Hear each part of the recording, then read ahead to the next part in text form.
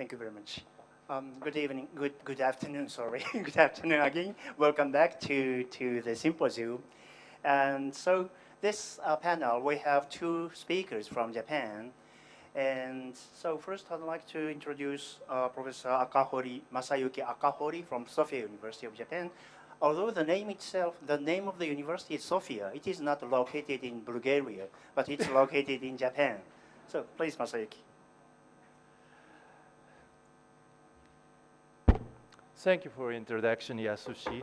Yes, good afternoon, everybody. And in the beginning, please accept my warmest greetings to the distinguished guests and ladies and gentlemen. And I also would like to express my sincere gratitude to those of Kelim Foundation who invited us, and also thanks to the colleagues of Üsküdar University who organized this splendid symposium. And I'm Akahori, teaching anthropology and Islamic area studies at Sophia Universities, not in Bulgaria, but in Tokyo. And today, today's my talk is a tentative one, and my goal is one is to show the possibility to elaborate Professor Toonagawa Yasushi's three-axis framework of Sufism. And another goal is to show a comparison between Islam and Shintoism.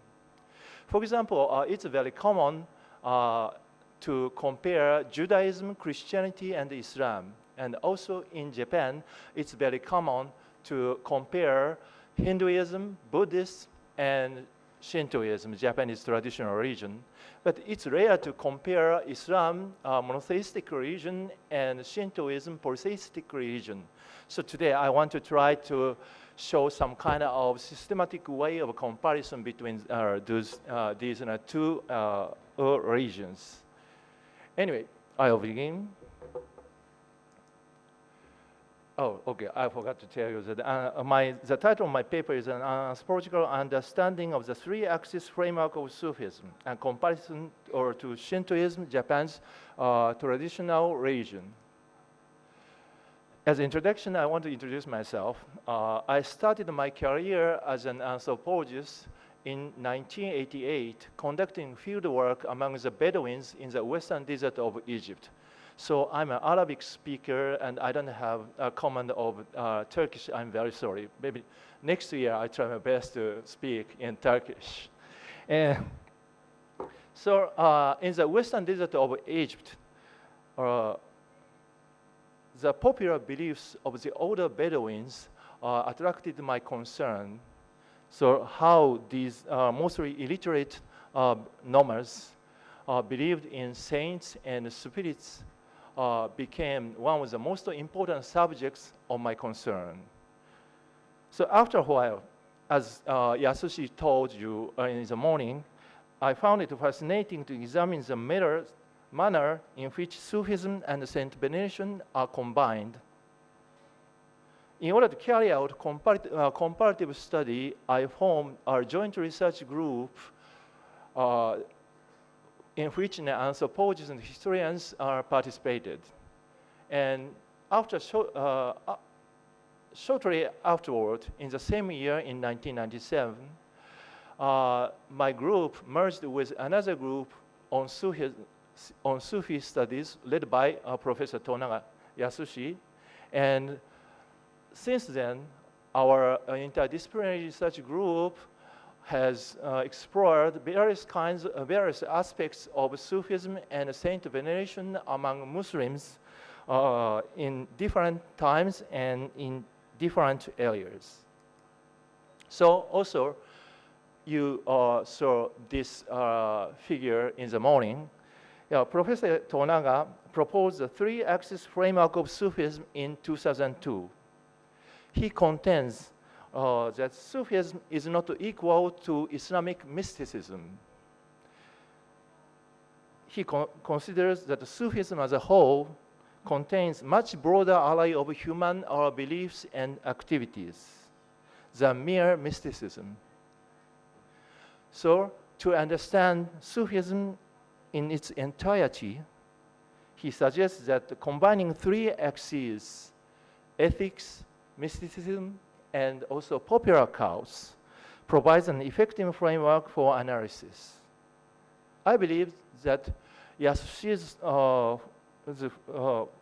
three-axis framework of Sufism is an effective tool for grasping an image of Sufism as a whole. Nevertheless, in order to apply this framework as a theoretical level, more experts, including you, must know about it, and also much more case studies should be done to inspect it and test it. So, in this paper, I maintain that from the perspective of anthropologists such as myself, different modes of relationships exist between humans and God. Needless to say, the principal relationship between God and people is master and servant. God is the Lord. He orders men what to do and controls them and reigns over them. And humans serve God. The primary direction of the relationship is from God to humans. I call this kind of relationship from God to humans the order relationships. And as a service humans hold to God, I call it a gift from humans to God. And the order and the gift connections to God are prevalent in Muslim daily life. But I believe it doesn't mean that any other kinds of relationships don't exist in this religion. Before clarifying how different relationships work in Sufism, as a comparison, I will introduce how multiple types of relationships function in Japan's traditional religion, Shintoism.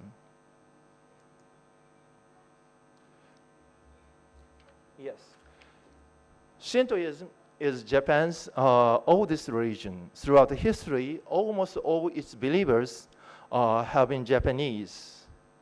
In Japanese, Shin or Shin, you can read this Chinese character Shin, or you can also read this character also Kami. So Shin or Kami means God. And To is road or way or Tarika. So therefore the Shintoism means a way to the gods.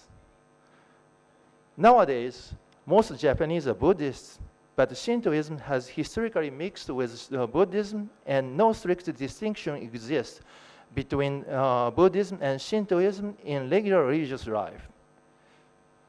In Shintoism, there are so many divinities.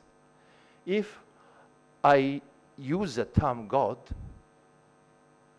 it will be very puzzling because most of the audience today, when you hear the word God, of course you will think of the monotheistic God, that is Allah. So therefore, I will use the term deity instead of the term God to avoid such kind of confusion. And generally, Shinto gods or deities are called roof in Arabic, and maybe also roof in Turkish. And it is translated as spirit in English. Maybe for you and for the Arabs and for European peoples, particularly minor small deities in Shintoism seem spirits. I can admit it. But for Japanese, it's different. We don't feel even a minor god and goddess or minor deities are also deities. So we don't think that spirit doesn't equal to Japanese concept of kami. In the concept of kami, we have many great deities and also very small, lesser mischievous deities. So Kami covers a wide range of deities from the greatest creator of all nature to lesser mischievous spirits. For example, according to Shintoism, the first god and goddess, Izanagi is a god and is the first god, and Izanami is the first goddess, and they are a couple. And this is a typical picture of the Izanagi and the Izanami. On the right side is a god, God Izanagi, and on the left side is the goddess Izanami. And Izanagi and Izanami are the parents of the world. All the beings and objects created in the world are considered their babies, including us. And one of their daughter, whose name is Amaterasu, she is a daughter of Izanagi and Izanami, and also she is the ancestress of the imperial house of Japan. And this is a picture which was taken in the rural festival in Japan, and in the central figure, a lady like this is the goddess Amaterasu. Amaterasu is a goddess of sunshine, and on the left side, on the right side, their younger brothers, Tsukuyomi, and you don't have to remember these complicated names. They are younger brothers, who are, for example, Tsukuyomi is controlling the nighttime because her elder sister, Amaterasu, holds the daytime, and the Susanoo is a smallest brother, and he is like a trickster and mischievous existence among these three gods. Anyway, logically, all Japanese emperors are descendants of Amaterasu, so people considered every emperor is a deity himself. They are kind of living god, at least before the Second World War or in the past. So, generally speaking, Shintoism has an aspect of ancestral worship. For the emperors, all the great deities mentioned before, Izanagi, Izanami, Amaterasu, and many other great gods or deities exist in Shintoism, and they are, to the emperors, their forebears or their ancestors. And even among the ordinary Japanese, the same kind of devotion has existed. At least in the past, Japanese considered their deceased ancestors. For example, their dead father and mother, grandfather, grandmother, grandfathers, and grandmothers. All of them became deities who protected their descendants. And even animals and artificial instruments can become deities. For example, cats. Of course, you know cats. Cats who have lived longer than their usual lifespan. For example, if there is a cat who have lived more than 25 years, they can often become divine beings. In that case, you can find those cat divine beings have 2 or 3 tails. If you see a cat having 2 tails, that must be a deity. And also, in addition, for example, pans, bowls, and other daily instruments can become deities when they have been used more than 100 years without breaking. So those kind of beings, those kind of deities those kind of deities originally who are objects or animals, we often call them mononoke.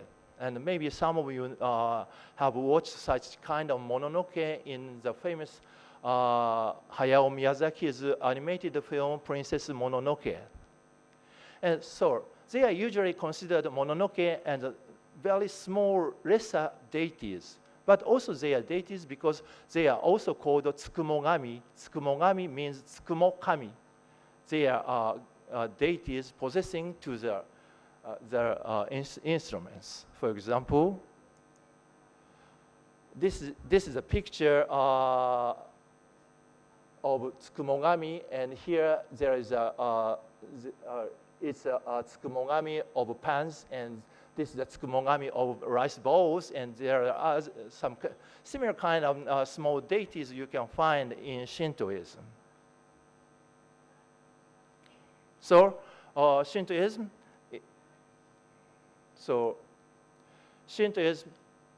has an aspect of ancestral worship, and also it has an aspect of animism, totemism, and shamanism.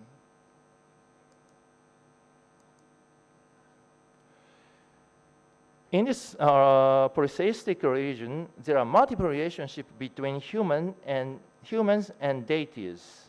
I have classified them into 6 types. The first one is order relationship in the direction of deities to humans, which is the same as the basic relationship of master and servant in Islam. Most of the central deities in Shintoism, as well as Japanese emperors, give orders to people, control them, and run over them. The second is order in the direction of humans to deities. Religious Shinto practitioners called onmyoji were often considered able to employ minor deities to carry out a service, just as in Islam, Solomon or Suleiman had jinns at their beck and calls.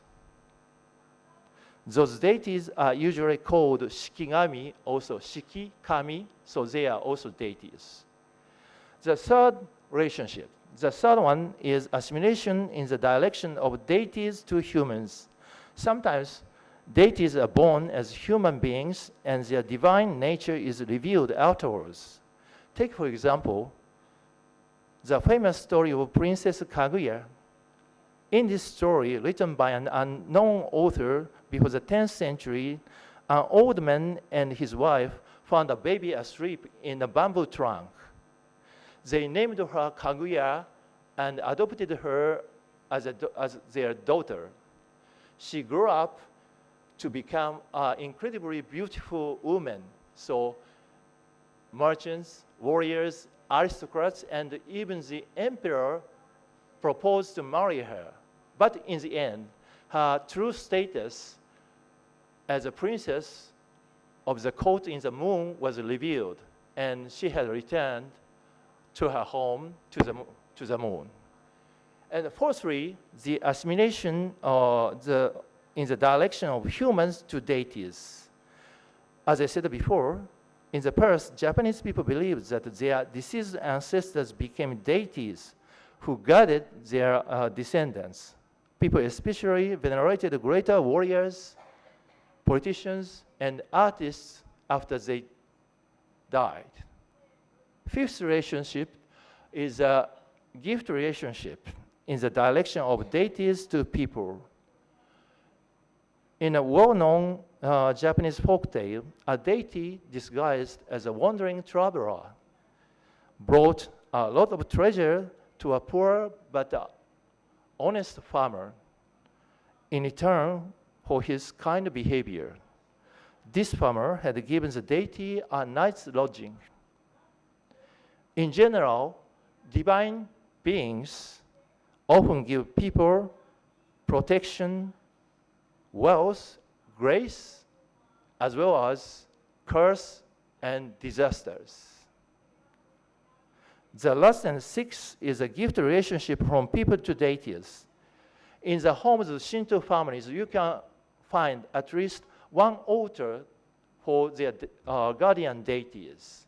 In the morning, families put pure water and dried ice as an offering to their deities, and when they have any kind of presents, by visitors, the first portion of those presents must be given to those deities. In festive seasons, sweets, fruits, and various kinds of special offerings are made. So, in sum, in Shintoism, there are two directions for relationship, from humans to deities and from deities to humans. And there are three kinds or modes of relationship. One is order, to rule, or to dominate. And the second is assimilation or transformation from God to humans, or transformation from humans to God. And the third is a gift from the God or gift from humans. So this kind of multiplicity of relationships reflects polytheistic character of Shintoism. Shintoism accepts so diverse kinds of deities, so their modes of relationship are diverse. So it's very easy to expect that in Islam, relationships between humans and God are more restrictive. But at the same time, I insist that the relationship between humans and God in Islam not limited to the relationship between master and servants, and we can find other very significant relationship in Sufism. So now I move to the talk about Sufism. Yes, Sufi disciples who seek to be united with God must master the highest level of ethics, and even those who don't reach such mystical dimensions must also acquire as higher standard of ethics as they can. So in the sense, ethics is a prerequisite for mysticism. And in ethics, God provides ethical codes. For the access of ethics, people follow God's orders. This means that the basic relationship between people and God in the access of ethics is the same as the overall primary relationships in Islam. That is, order from God to people. Regarding the access of ethics in Sufism, what is different from the general relationship between God and human is that people should follow God's orders not only in external behaviors, but in terms of their mind as well. For the access of mysticism, which comes after accomplishing the highest level of ethics, the relationship between people and God is totally different. As I said before, regarding this access, the goal of Sufi disciples is to reach a mystical union with God. Among the 6 types of relationships I showed in Shintoism, the assimilation relationship from humans to God can be applied in this case. But in Shintoism, a person becomes a deity without any reservations. He really becomes a deity. But in Islam, what an individual can achieve is a kind of absorption to God, fana, and also recovery on oneself, maintaining a connection to God, baka. And regarding the access of popular cults, the relationship differs from that of ethics and mysticism. For this access of popular cults, the most widespread practice is saint veneration. In saint veneration, people beseech God to give them grace or baraka and ask the saint to intercede with God to fulfill their wishes.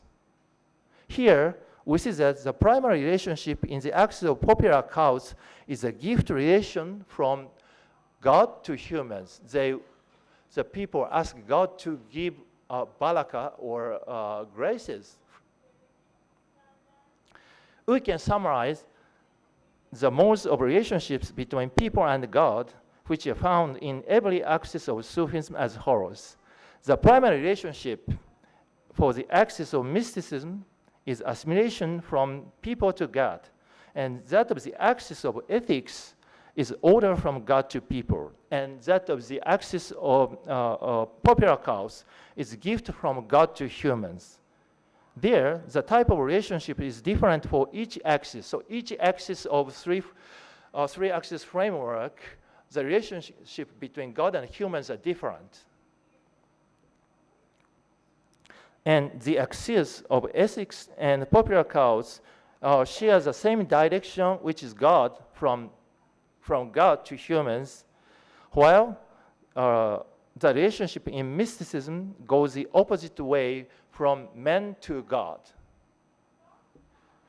With these three kinds of relationships on three axes, we can conclude, this is important, that Sufism is a very significant element of Islam, which diversifies and enriches the overall relationships between people and God in this region.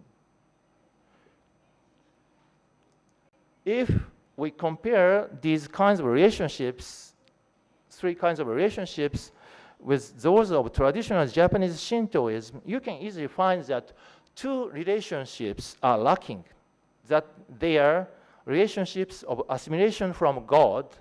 So God, in that case, God becomes human beings, and also give order relationship from humans to God. Human can control God. Those two kinds of relationships are lacking in Islam, and we can very easily explain how those two relationships are lacking in Islam, because God in Islam is so highly transcendent, much more highly transcendent than deities in Islam. So assimilation of God to humans and also order from humans to God are unimaginable in Islam.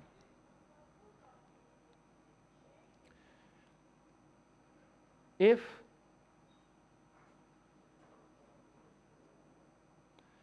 a more unique aspect of the God-human relationship in Islam, and especially Sufism, is the existence of middlemen and their significant role in mediating between people and God. Here I use the term middleman to refer to murshid and wali. In Islam in general, such middlemen are not essential to connect people with God, but those middlemen can facilitate communication between them, between people and God. I suppose that the importance of these intermediaries results from also the higher transcendence and supereminence of God in Islam. By using such go-betweens, Sufism largely contributes to Islam by helping people feel closer to God. However, we should not forget the middlemen in Sufism have two attributes. For the axis of mysticism and ethics, the middleman is a murshid, a guide, master, and a teacher. He or she is a model whom disciples are required to follow.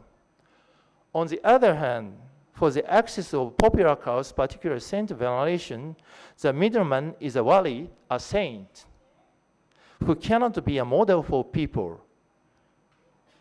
The saint can intercede between humans and God because he is unlike ordinary individuals. So logically, they cannot become a model. We often overlook this difference between murshid and wali because Sufi saints always contain these two attributes together. But if we look at other cases of non-Sufi saints, we can easily understand that being a master and being a saint can be divided. For example, in my field of research in Egypt, the research among the Bedouins, almost all the saints are not Sufis, of course. You cannot find any Sufis in the Western Desert. They are the land of the Bedouins, but there are so many saints, so they are non-Sufi saints. So in that case, being a saint is not combined with being a master. So, conversely saying, such a tight combination being a guide and a saint is a characteristic feature of saint in Sufism. Or, in other words, Sufi shaykhs are unique since they are both murshids and walis. So, being a master and being a saint are inseparable in Sufism, but the range of people involved in each aspect is different. As my major field of knowledge is about Egypt, I'm very sorry, I cannot show you an adequate example of a Sufi saint in Turkey. So please allow me to use an Egyptian case. The case I pick up is the Sidi Ahmad Badawi in Tantar. This is a picture of the shrine of Sidi Ahmad Badawi, which is located in Tantar. And this is the ordinary day. This is the ordinary weekdays the scene. I count the people who gather in a day, and usually more than 500 people gather in a day to visit his tomb and shrines. So, Sidi Ahmad Badawi is a great master and founder of the Ahmadi Tariqa, or it is also called Badawi Tariqa. But he is also a very great saint who can bring holy grace to people. But the point here is that Sidi Ahmad Badawi is a great master or masters of the masters to the disciples of the Ahmadi Tariqa. But as a saint, Sidi Ahmad Badawi is a very great saint, not only to disciples of, or not only to the members of Ahmadi Tariqa, but also everybody, including non-disciples or non-members of the Tariqa. So, we can see that the access of popular cults is widely open to people regardless of their affiliation with the Sufi orders. The access of ethics is less wider, and the access of mysticism shuts its gates to people unless they become members of Sufi orders. So in the scene, we can see one middleman, Sufi shaykh. He or she is a murshid and also at the same time wali, but there is just one middleman or middle woman, but mysticism is the narrowest way in this case, and the ethics is wider, and the access of popular cults welcomes everybody. So around the focus, around the shaykh as a focus of Sufism, there are three kinds of relationship exist, and which involve different three kinds of people in Sufism. So, sorry. So what I have expressed today can be summarized as the following. Firstly, the relationship between people and God in Islam is more restricted than in Shintoism due to God's transcendence in Islam. And secondly, however, Sufism allows Islam to provide more diverse kinds of relationships between people and God within an acceptable scope, and enriches and facilitates communication between humans and gods. And thirdly, in Sufism, each axis is based on different kinds of relationships between humans and God. Regarding mysticism, there is an assimilation relationship from people to God. For ethics, there is an order relationship from God to people. For popular cults, there is a gift relationship from God to humans. And fourthly, the intermediaries, middlemen between people and God are significant in Sufism. The Sufi leader, who is both a master and a saint, is a key person who carries out facilitative functions. And lastly, the three axes of Sufism contain different ranges of people involved in the faith.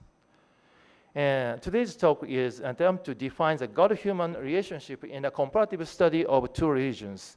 It's my first time discussing this formula, and I hope it has some future possibilities, and also it can offer us some theoretically useful hints to elaborate on Professor Tonaga's three-axis framework of Sufism. But what's more important, and moreover, while I was writing this paper, I became much more convinced that Sufism is an indispensable element of Islam, and it can give its believers more generous, affectionate, and elegant features. Thank you for attention.